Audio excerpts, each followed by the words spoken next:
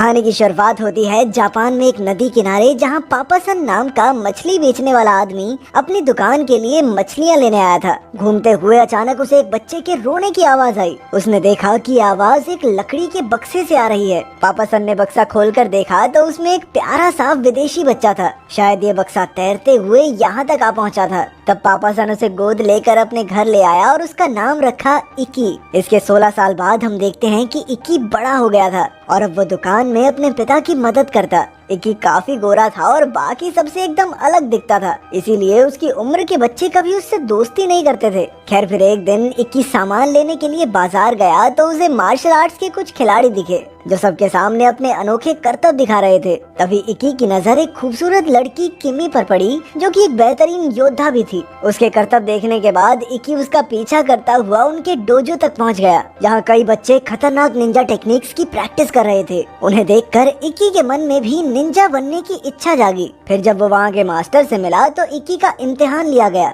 जिसमें उसे Ninja blade से निशाना लगाना था। मगर इक्की तो बिल्कुल ही कच्चा खिलाड़ी था और उसका फेंका हुआ ब्लेड किमी को लगता रह गया। अब वो शर्मिंदा होकर लौट रहा था कि अचानक मास्टर साबू को उसकी टांग पर एक अनोखा निशान दिखाई दिया। फिर साबू ने कई प्राचीन कागज देखे और आखिरकार उसे पता चला कि ये निशान तो डांसिंग निंजा का है। उधर घर लौटते हुए इक्की की नजर एक डांसिंग मशीन पर पड़ी। उसने वहाँ डांस करने की सोची, पर वो गाने की बीट्स पकड़ नहीं पा रहा था। मगर जल्द ही उसकी दिलचस्पी बढ़ती गई और वो ज्यादातर समय यहीं डांस करते हुए बिताने लगा। इसके साथ उसने बार बार निंजा ट्रेनिंग में हिस्सा लेने की कोशिश की, पर हर बार मास्टर ने उसे सिखाने से मना कर दिया। इसी तरह कुछ साल बीत गए और इक्की डांस मशीन पर प्रैक्टिस करते करते जबरदस्त डांस करने लगा। अब वो कई मुश्किल स्टेप्स बड़ी आसानी से कर लेता था, मगर निंजा बनने की दौड़ में वो अब भी काफी पीछे था। खैर एक दिन इक्की को डांसिंग निंजा की कहानी के बारे में पता चला तो उसने मास्टर साबू से इसके बारे में पूछा। इक्की ने कहा कि वो भी डांसिंग निंजा बनना चाहता है, पर यह सुनकर मास्टर साबू हंसने लगा। उसने कहा कि डांसिंग निंजाज बहुत ज्यादा ताकतवर होते हैं और उनके अंदर हमेशा सीखने की आग रहती है, जिससे वो कड़ी ट्रेनिंग पर मेहनत कर पाते हैं। फिर मास्टर साबू ने उसे डांसिंग निंजाज की एक टेक्निक करके दिखाई, जिसमें उसने अपने शरीर को ऐसे घुमाया कि उसके बिना छुए चावल का बाउल अपने आप हिलने लगा। फिर उसने इक्की से कहा कि उसमें डांसिंग निंजा बनने वाली कोई खासियत नहीं है। दरअसल मास्टर जानता था कि इक्की अपनी असलियत को पहचान नहीं पा रहा, इसीलिए अगर वो अपनी काबिलियत को पूरा इस्तेमाल करना चाहता है तो उसे किसी औरत को अच्छे से जानना चाहिए। खैर बाद में जब इक्की उदास होकर सड़कों पर घूम रहा था तो अचानक कुछ बदमाश लड़के उसे परेशान करने लगे। इक्की किसी से लड़ना नहीं चाहता था, इसीलिए वो जाने लगा, पर उन लड़कों ने इक्की पर हमला कर दिया। तभी अचानक इक्की डांस करते हुए जबरदस्त पंचेस से इन बदमाशों को मजा चखाने लगा। उसका अजीबोगरीब लड़ने का स्टाइल देखकर उन बदमाशों की भी पैंट गीली हो गई। वो इक्की को मास्टर मास्टर कह के पुकारने लगे और उन्होंने कहा कि सर हमें भी ये टेक्निक सिखा दो। जल्द ही इक्की उनके साथ मिलकर डांस करने लगा और सबने लाजवाब परफॉर्मेंस दी।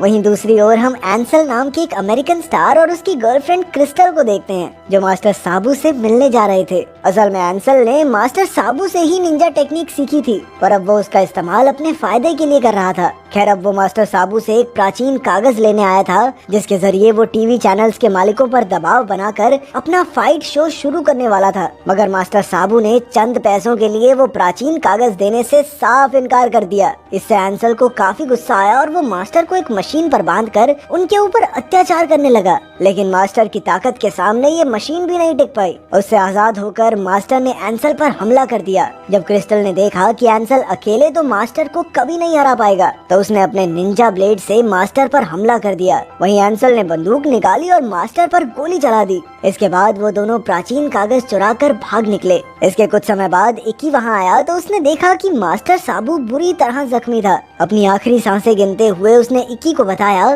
कि एंसल अपने स्वार्थ के लिए निंजा होने का गलत इस्तेमाल कर रहा है। इस सब से इक्की को इतना गुस्सा आया कि उसने मास्टर साबू की मौत का बदला लेने के लिए अमेरिका जाने का फैसला किया। उसने उसी शाम अपना सामान बांधा और अपने माँ बाप को अलविदा कहकर अमेरिका के लिए निकल पड़ा। फिर हम देखते हैं कि मास्टर साबू तो स्वर्ग पहुंचकर सुंदर लड़कियों के साथ ऐश कर रहा था, लेकिन फिर भी वो नादान इक्की के लिए थोड़ा परेशान था। इसीलिए उसने ध्यान लगाकर अपनी सबसे बेहतरीन स्टूडेंट किमी से संपर्क किया और उसे इक्की का ध्यान रखने की जिम्मेदारी सौंपी। वहीं दूसरी ओर एंसल फाइटिंग चैनल के ऑफिस पहुंचा। वो जल्द ही टीवी पर अपना शो लाने वाला था, मगर उसके मालिक गार्लैंड जोन्स को एंसल के साथ काम करने में कोई दिलचस्पी नहीं थी, क्योंकि उसने अफवाह सुनी थी कि एंसल पागल हो चुका है। मगर ये सुनकर एंसल को इतना गुस्सा आया कि उसने गार्लैंड पर हमला कर दिया। एंसल ने उसे तब तक पीटा जब तक वो उसे शो देने के लिए राजी नहीं हो गया। वहीं कई घंटे का सफर करके इकी अमेरिका आ गया और एक होटल में पहुंचा। फिर अगले ही दिन से वो अपने बदले का प्लान बनाने लगा।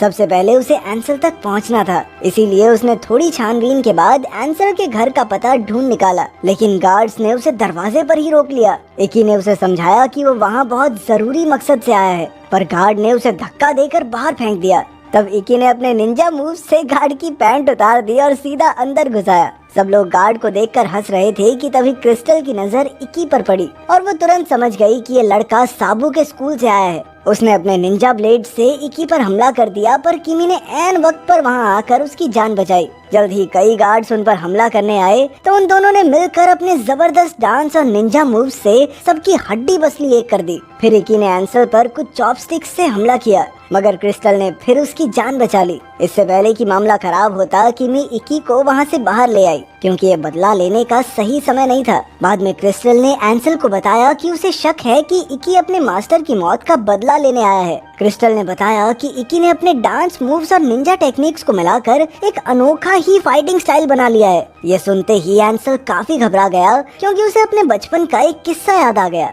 उसने बताया कि जब वो 9 साल का था तो उसकी माँ उसे एक ज्योतिषी के पास लेकर गई थी, जिसने भविष्यवाणी की थी कि एक दिन एक डांसिंग निंजा उसकी मौत का कारण बनेगा। अब एंसल बहुत डर चुका था, इसीलिए उसने क्रिस्टल को कैसे भी करके इस लड़के को खत्म करने को कहा। उधर इकी और किमी होटल पहुँचे तो इकी ने उसे भी इसी होटल में कमरा लेकर रहने को कहा, पर किमी ने कहा कि वो उसके कमरे में ही रह लेगी। ये बात सुनते ही बेचारे इकी को लगा कि किमी भी उससे प्यार करने लगी है। बाद में जब किमी नहा रही थी तो इकी कमरे में मोमबत्तियां जलाकर और फूल बिछाकर माहौल बनाने लग गया। पर जब किमी काफी देर तक बाहर नहीं आई तो इकी ने ध्यान लगाया और दूसरी दुनिया में उससे मिला। वहाँ उसने देखा कि किमी जकूजी में नाबू नाम के एक लड़के के साथ थी। जब नाबू ने इकी को देखा तो उसने उसे धक्का देकर असली दुनिया में वापस भेज दिया। इससे बेचारे इकी का दिल बहुत गंदा टूट गया और उसने सारी सजावटें हटा दी। कुछ पलों बाद जब किमी बाहर आई तो उसने इकी को समझाने की कोशिश की, पर इकी ने कहा कि सब ठीक है, मुझे बात नहीं करनी इस बारे में,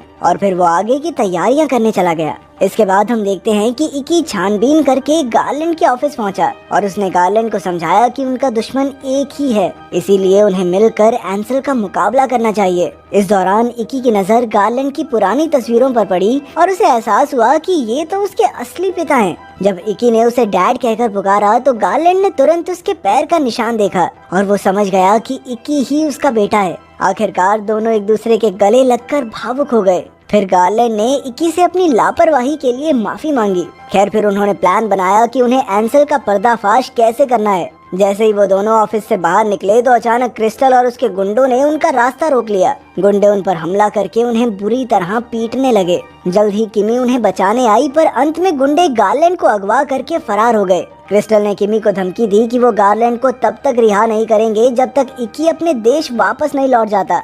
इसके बाद इकी और किमी ने कमरे में जाकर आगे के प्लान के बारे में सोचा। तभी अचानक इकी को अपने मास्टर के शब्द याद आए। उन्होंने कहा कि एक औरत को जानना ही उसे अपनी असलियत से मिला सकता है। इसीलिए अब इकी ने किमी से उसे चूमने की इजाजत मांगी ताकि वो अपने पिता की लोकेशन पता कर सके। पहले तो किमी थोड़ा हिचकिचाई, पर उसने इकी को इजाजत दे दी। जैसे ही इकी ने उसे छुआ तो उसे दिखाई दिया कि उसके पिता कहाँ कैद हैं। इसके बाद वो दोनों तुरंत उस जगह पर पहुँचे और उन्होंने देखा कि गार्लैंड को एक टाइम बॉम्ब से बांधा गया था जिसे डिफ्यूज नहीं किया जा सकता। गार्लैंड ने उन्हें बताया कि आज से एंसल का चैनल चालू होने जा रहा है और उसने हर जगह बॉम्ब्स लगाए हैं, क्योंकि उसके शो में कई मशहूर स्टार आने वाले हैं और एंसल उन सबको मारकर खुद टीवी का स्टार बनना चाहता है। अब उसने इकी और किमी को उन सबकी जान बचाने को कहा। इकी अपने पिता को यूं मरने के लिए नहीं छोड़ सकता था, मगर अब कई लोगों की जान खतरे में थी, इसीलिए उसे जाना पड़ा। मगर जैसे ही वो वहाँ पहुँचा तो अचानक क्रिस्टल के आदमियों ने उन्हें वहाँ कैद कर लिया। इसके बाद उन्हें ट्रक में बंद करके कहीं भेज दिया गया। रास्ते में किमी ने इकी को अपनी निंजा टेक्निक इस्तेमाल करने को कहा। इकी ने कोशिश तो काफी की, लेकिन कोई फायदा नहीं हुआ। तब किमी ने अचानक उसे चूम कर अपने प्यार का इजहार किया। ये सुनकर इकी बेहद खुश हुआ और अचानक उसकी शक्तियाँ फिर से बढ़ गई। अब की बार वो जाल से आजाद होकर भाग निकले और वापस शो पर पहुँचे। जब उनका सामना एंसल से हुआ तो वो कहने लगा कि आज सबको बम से उड़ा दूंगा, पर तभी इकी ने अपने निंजा डांस मूव से सारे बॉम्ब बाहर निकाल लिए और उन्हें आसमान में फेंक दिया, जिससे जोरदार धमाके होने लगे। कुछ ही पलों में कई गुंडों ने उन पर हमला कर दिया, पर अब इकी एक जबरदस्त डांसिंग निंजा बन चुका था। उसने अपने डांस और निंजा टेक्निक्स को मिलाकर गुंडों को खूब धोया। इस दौरान एंसल ने अपने हेलीकॉप्टर में भागने की कोशिश की। तब इकी ने तुरंत एक बॉम्ब सीधा उसके हेलीकॉप्टर के ऊपर ही फेंक दिया, जिससे हेलीकॉप्टर के पीछे का हिस्सा पूरी तरह टूट गया। अचानक हेलीकॉप्टर नीचे गिरकर क्रैश हो गया, जिसमें एंसल की मौत हो गई। आखिरकार इकी और किमी ने वापस जाकर गार्लैंड को रिहा किया और अपने मास्टर की मौत का बदला लिया। अगर वीडियो पसंद आई तो लाइक कर देना, चैनल को सब्सक्राइब कर देना। मिलते हैं अगली वीडियो में।